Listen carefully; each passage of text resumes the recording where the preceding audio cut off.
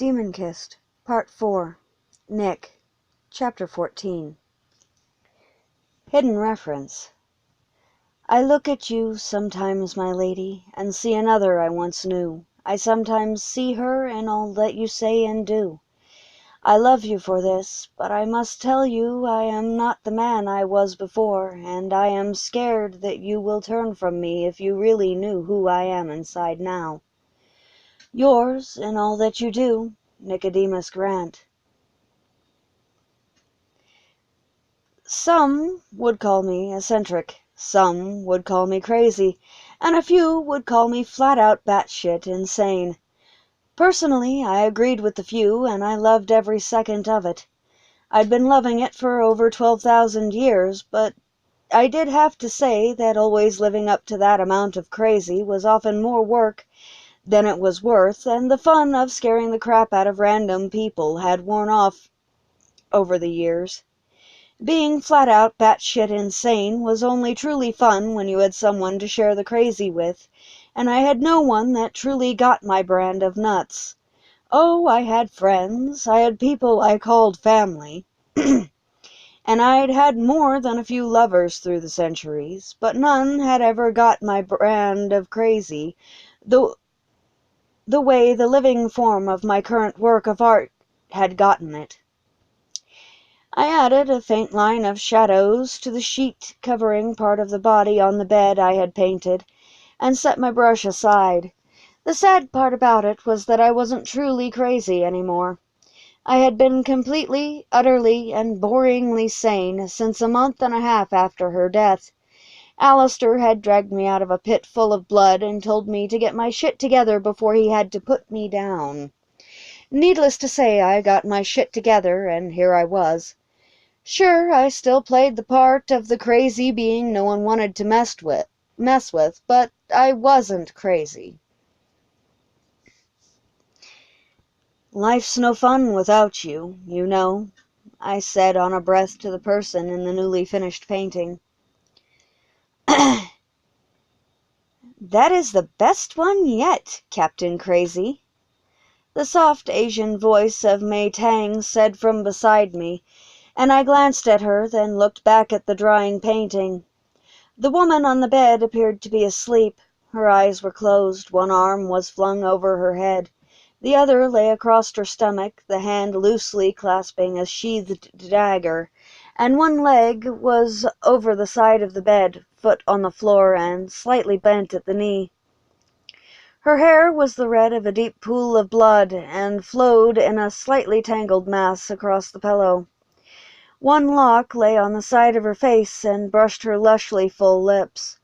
The sheet left a good part of one breast exposed, and the black stain of a burn in the shape of a hand could be partially seen marring the curve of the opposite breast under the sheet. An onyx raven slightly raised the skin between her breasts, and an emerald wolf ran down her exposed upper thigh.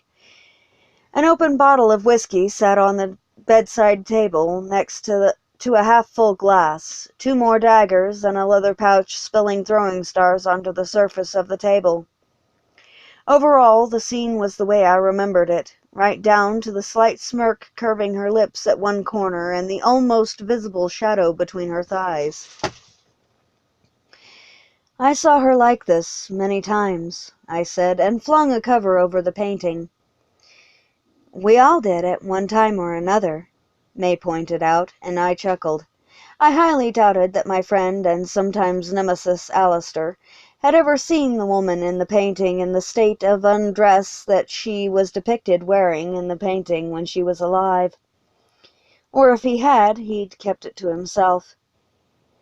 Are you going to put this one on display or keep it locked in your room with the others? May asked, and I sensed her moving away from me. Perhaps, I answered, moving away from the covered painting and to the large sink at the far side of the room. I passed more half-finished paintings of the woman and more than one unfinished statue of her as I walked to the sink. These were but a fraction of the works I had done on this one subject over the centuries, and I was positive that they would not be the last. To which part of my question, May asked, laughing, as I turned the water on and began washing the paint off of my hands. Both, I said, shutting the water off and reaching for the hand towel on the counter. Turning around, I saw her lifting the edge of a sheet covering another painting and moved over to her quickly, startling her as I grasped her hand gently and moved it back from the sheet. "That one is not for anyone to see," I said softly, grasping her chin lightly and forcing her to look directly into my eyes for a moment. A trace of fear shone in her pretty dark brown eyes, and I felt a small stab of regret as she gave me a small nervous smile and nodded slightly. I released her and she backed away slowly, turning her back to me once she reached the door. She fled the room. I hadn't meant to frighten her. I had just meant to keep her from seeing the painting, and I wondered, not for the first time, why she had decided to come with me 15 years ago when I left Alistair's home to make one of my own. May hadn't been the only female to follow me, but she was the one that usually came to find me when the others hadn't seen me for a few days and were worried that I had finally put an end to myself. Why they bothered worrying about someone they feared, I couldn't fathom, and so I let it go. I let them worry, I let them fret, and I let them tread cautiously around me whenever I was out in the rest of the house or in the club tending to the endless paperwork that seemed to accumulate every time I turned around. Turning my back on the painting, I walked slowly across the room to the door, turned the lights off, and closed and locked the door behind me as I left the room. I strode down the short hallway to the stairs leading from the 3rd basement, and taking them 3 at a time, I ascended to the 2nd basement. Maneuvering around a stack of crates, I made my way to the 2nd staircase and climbed them to the 1st basement. From there, it was just a short flight of stairs to the closed door to the kitchen, and I paused at the door, listening to the flow of female conversation on the other side. "He's obsessed, I'm telling you," May's voice said, and I winced. "He's not obsessed, May, he's just stuck, I guess," Anya Montgomery said, making me smile. "Anya, the man's been stuck on her for more centuries than seems right," Mia Long said. "And let's not forget, he lost his fucking mind when Rosalind Thorne started to say and was interrupted. "We all lost our minds a bit during that time, Rosalind Blackbriar said. "True, but we didn't destroy 2 towns and kill 300 people," Rose snapped. Ladies, please. If I had near the talent Nick has, I'd be down there with him making my own works of her," a deep, lyrical male voice said, and I shook my head. Leave it to Cade Blackbriar to jump right in the middle of a female argument between his sister and cousin. "Piss off, Cade," both women said, and went back to bickering. One of these days those two would kill him, and I would be left to explain to Alistair why the Fey male was dead. Shaking my head again, I opened the door quietly and slipped into the kitchen. The 5 women were standing at the huge range of stoves and cooking something that smelled wonderful. Cade sat at the kitchen table reading a book of poetry and flinging barbed comments at his sister and cousin.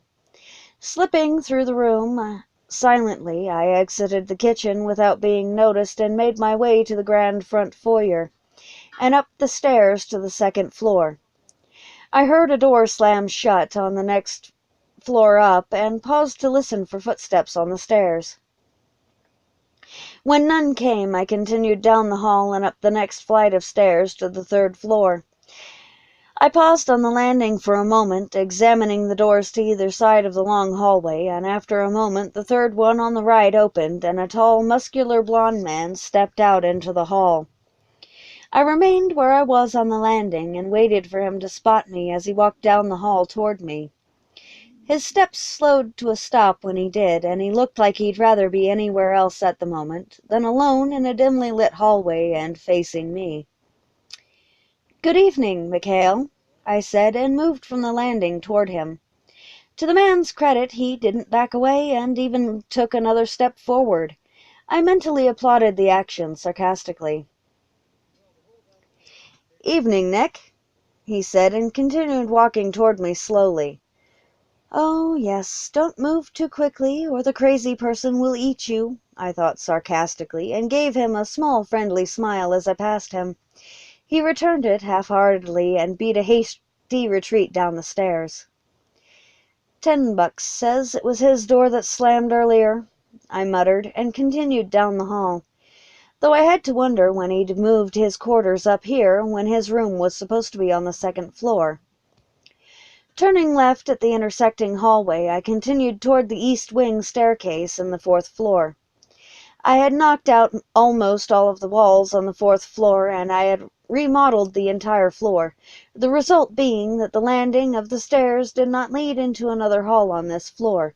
Instead, it led directly into a wide space that resembled an art gallery, with a set of cherrywood double doors at the end and a bank of floor-to-ceiling windows. It also had a stereo system that rivaled a live concert in volume. The doors led to my bedroom and bathroom beyond. Most of the wall space was taken up with more paintings, and a good part of the floor space was covered with statues, pedestal, and one fountain. All of the artwork depicted one subject, Lay. In some of the paintings she was in battle, in others she was sitting behind a desk with a quill pen in her hand, and in many others she was laughing or smiling. Along one wall was a large bookcase containing over 100 leather-bound, ancient tomes, and appeared about ready to collapse under the weight of them. The stereo clicked over, and Alice Cooper's Wrapped in Silk began to play from the speakers hidden around the room. I had set it to play one CD after another, non-stop, and it appeared that I had returned just in time for my mixed disc. Let Alistair keep his old record player. I much preferred this and the ability it gave me to literally drown out the world outside my rooms and just be. Down in my studio, I always ran the risk of one of the girls coming in and seeing one of my more detailed paintings or sculptures. In here, there was no risk of that, no risk of someone coming in and seeing some of the paintings, stoneworks, or sculptures that decorated the main room. In here, I could be me. I could move as fast or as slow as I wanted, and not worry about scaring the crap out of some poor female who believed it her sworn duty to make sure I wasn't dead and rotting in a corner somewhere. I headed toward the double doors as Rick Astley's Never Gonna Give You Up began to fill the air. Grinning, I did a shimmy, spun around, and moonwalked to the doors. Pulling them open without turning around, I backed into my bedroom and left them open. "You can be so weird sometimes, Dom," a lilting female voice said, and I froze. It had been a long time since anyone had last called me by that name that I just savored it for a moment, then turned around and regarded the woman who had spoken. She was a little curvy thing with black and white hair and dark blue eyes, and she was reclining on my pillows in the middle of my giant four-poster bed. "What are you doing in here, Shay?" I asked her, and she shrugged one shoulder. "You were in the basement for 2 days, and no one comes up here," she said, and shrugged again. I walked slowly to the bed and looked at her closely, noting the healing scratches on her arms, legs, and what little bit of her torso that I could see. She didn't move away or flinch when I stopped at the side of the bed and reached out to touch a faint cut on her cheek gently with one finger. The scratch on her cheek was nearly healed to the point of not even leaving a scar, but appeared to have been deep, so she had been healing for 2 days at least. "Have you been hiding up here long?" I asked, and began checking the other scratches slowly. "Only for a day and a quarter," she said, hissing in a breath through her teeth when my fingers encountered a bruise on her ribs that was still tender. "Were you in a fight?" I asked, lifting the hem of her t-shirt to take a look at her stomach. Yes and no, she said, shifting her weight as the hem of her shirt hit the top of her ribs and my fingers began a careful inspection of them. None are broken, at least. What do you mean, yes and no? I said, and pulled her shirt back down. It was only when I went to check her legs that I realized she was only wearing panties and one of my old t-shirts.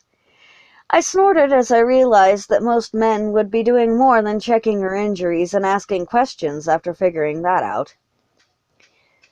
"Something funny down there, Dr. Fangs?" she asked, and pushed on my shoulder.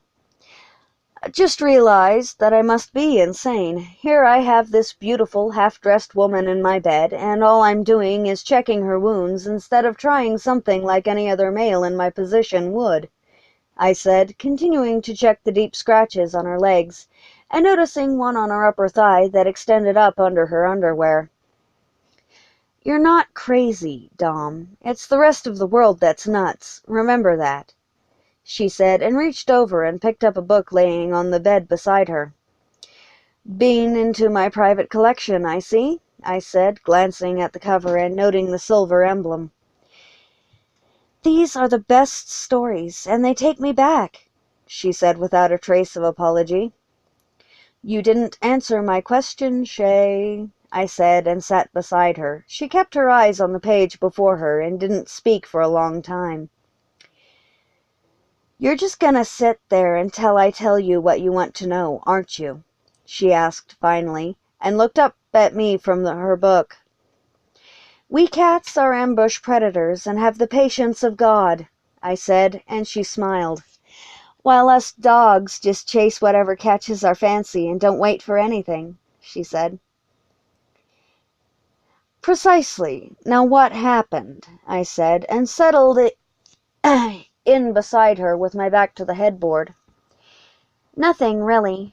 I had a hand-to-hand match with Ash and ended up falling down the stairs when I headed up them to go to bed the night before last," she said. "And you wound up in here how?" I asked, and she growled at me.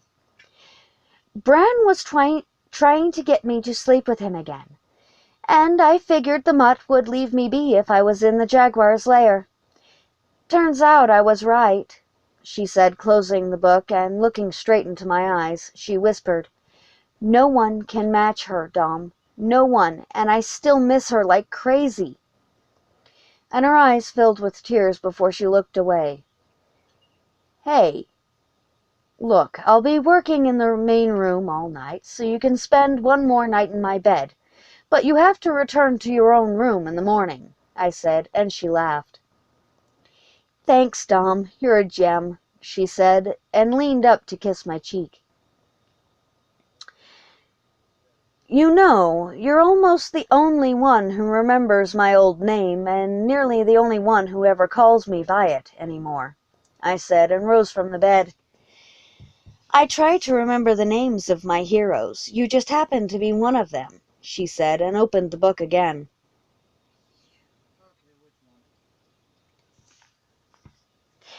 Shaking my head, I headed for the adjoining bathroom, made a stop at my walk-in closet for clean clothes, and went to take a shower. Due to the remodeling I had done, the bedroom and bathroom took up a good deal of the remaining space of the fourth floor. Both rooms were quite a bit larger than they had been when I started remodeling, and I had added my own artistic touches to both. But the bathing chamber was the one that showed it the most. Tiled from floor to ceiling in black and red granite squares, it sported a large, self-heating pool at one end that took up that entire wall.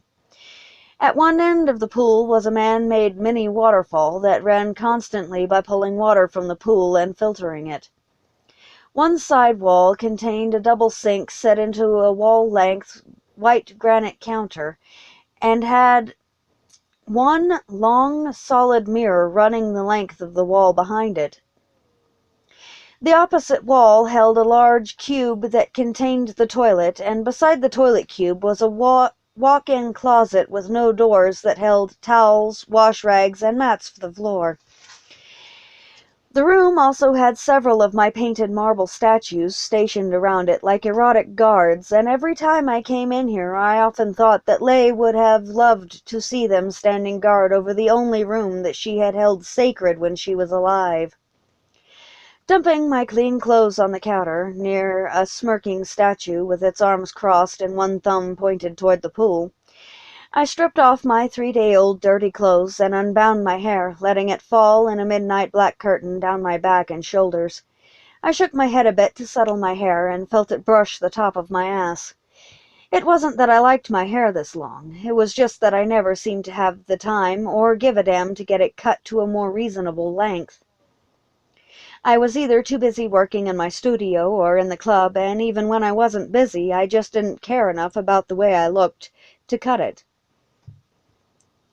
Lay would have loved how long it was now, though, and I couldn't help but wonder if there were any women out in this big world that had her preference for long-haired men.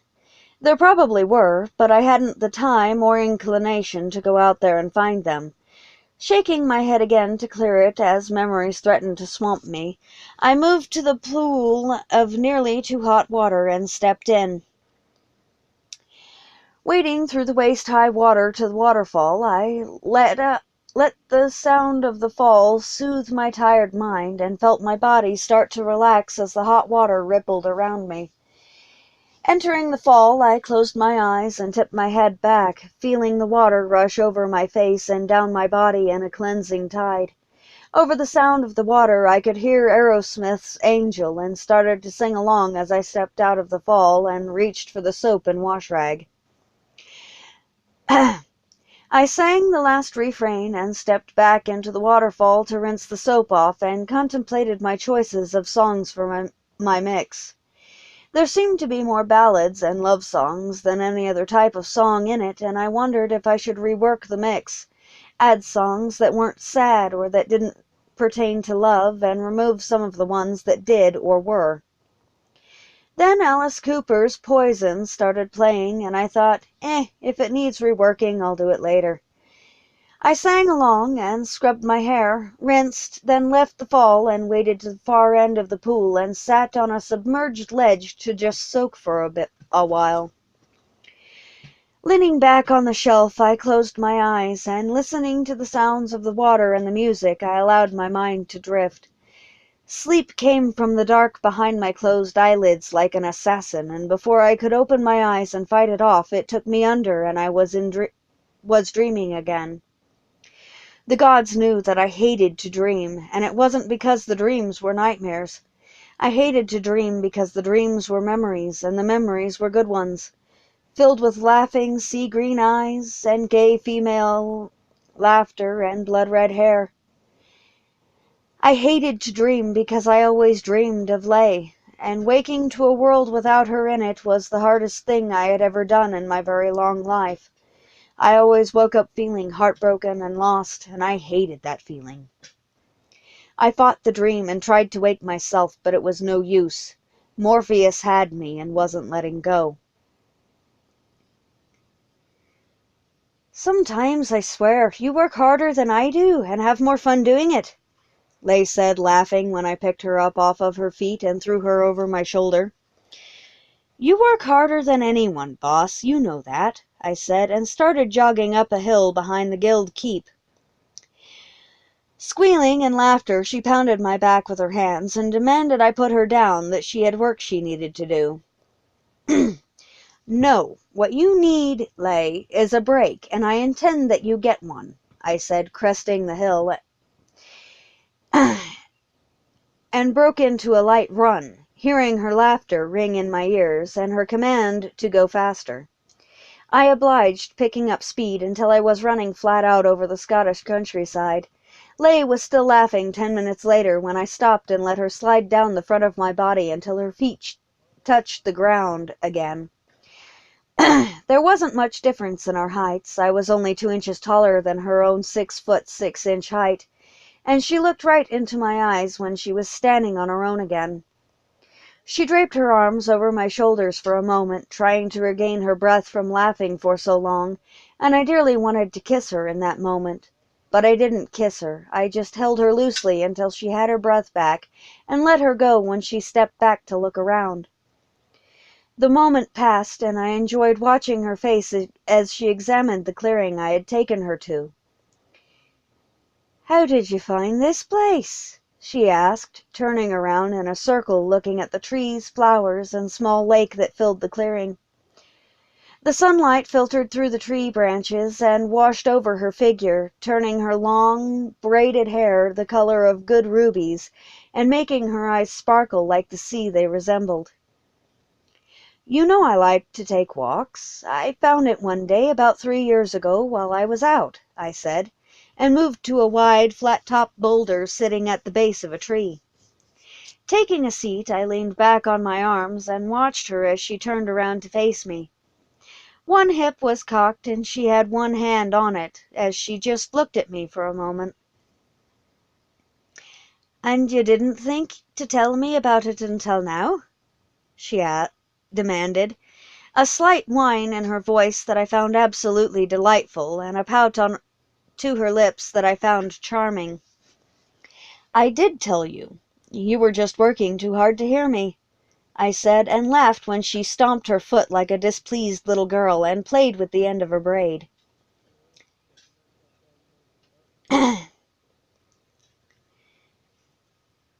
"You could have just picked me up like you did today and brought me out here," she said, still pouting, and I laughed again. "There were witnesses," I said, shrugging, and she stared at me for a moment before a smile crept across her face and lit her eyes with laughter. "Unlike today when you caught me alone in the courtyard," she said, laughing, and I nodded. I watched as she tipped her head back, closed her eyes, and took a deep breath through her nose, stretching her arms over her head as she did. Humming as she brought her arms back down, she opened her eyes, gave me a wicked grin, and tapped the pendant at the base of her throat once. Then Lay shifted forms and bounded into the lake in red tiger form, making a huge splash when she hit the water. I shook my head in amusement and watched her swim out to the center and disappear under the surface. When she surfaced again, moments later, she was in elven form and floated to her back on the water. I watched her play in the water for over an hour, half of my mind on our surroundings and the other half entirely focused on the beautiful creature darting through the clear water like a fish. I drew an involuntary breath when she came out of the water and stood dripping on the bank with her hair covering the front of her body. I could not seem to look away as she gathered her hair into one hand and began to wring the excess water out of it. Lay smiled broadly when she caught me staring, tossed her hair over her shoulder, and stood proudly naked with her legs braced and her hands on her hips. Battle scars crisscrossed her arms, legs, and torso. The gems embedded in her flesh gleamed in the bright sunlight, the Faian tattoos that decorated her flesh standing out starkly on her darkly tanned skin, and I couldn't keep my gaze from tracking down every toned inch of her body. Battle-hardened and beautifully crafted, her body was a masterwork of art, and I said so on a breath. Dropping her pose, she glanced down at her body and lifted her shoulders in a shrug. "If you say 'tis so," she said, and walked toward me. "It is so," I said, and discovered that my voice had turned to gravel while I was looking at her. "Spar with me?" she asked, stopping in front of me and holding out her hand. "No," I said automatically, my gaze fixed on her breasts, and her hands returned to her hips. "Why not?" she demanded. "You're naked," I said, and cleared my throat as I looked away from her chest and up to her eyes. She raised one brow, cocked her head to one side, and stared at me. "And you are dressed. I don't see a problem," she said after a moment. Of course she did not see the problem. She was Lay. More warrior than woman in her thinking, she wouldn't see the trouble inherent in sparring with a man while she was naked, namely that her sparring partner was a man and thus not made of stone. "Delia, I am still only mortal. If I spar with you in your current state of undress, there is the chance that I will try to make love to you instead. I told her, and she cocked her head to the side, regarding me with faint amusement in her sea-green eyes. "How strong is the chance, Dom?" she asked, and I realized that she had been fully aware of what could happen before I mentioned it. Rising from the boulder, I moved away from her and turned my back to her to look at the lake. The chance that I would try making love to her was stronger than I wanted to admit, and as I stared at the water I tried to find a way to extract myself from this predicament. "Dom, how strong is the chance?" she repeated, and I closed my eyes. "Stronger than it should be or is wise," I said softly. "This would be a problem for us. How, Dom?" "We have spent the last 3 years circling each other. I assumed that sharing our bodies would only create a stronger bond between us," she said, and I turned to face her. She was standing in the full light of the sun, looking at me curiously with her arms crossed. "We cannot," I said, shaking my head, and she frowned, then shrugged. "As you wish. Come, we've work that needs doing," she said, tapping her pendant, and something in the tone of her voice told me that I may very well have just insulted her with my refusal. "Lay, 'tis not that I do not want you. I do. But it would be highly unwise," I tried to explain as she shifted, and she interrupted me when she came out of it. "I understand. Now, come," she said, and began striding back toward the keep.